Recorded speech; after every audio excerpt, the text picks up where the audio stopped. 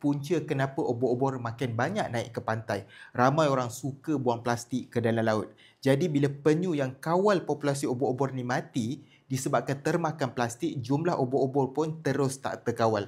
Kenapa penyu ni dia kebal kepada racun obor-obor kotak?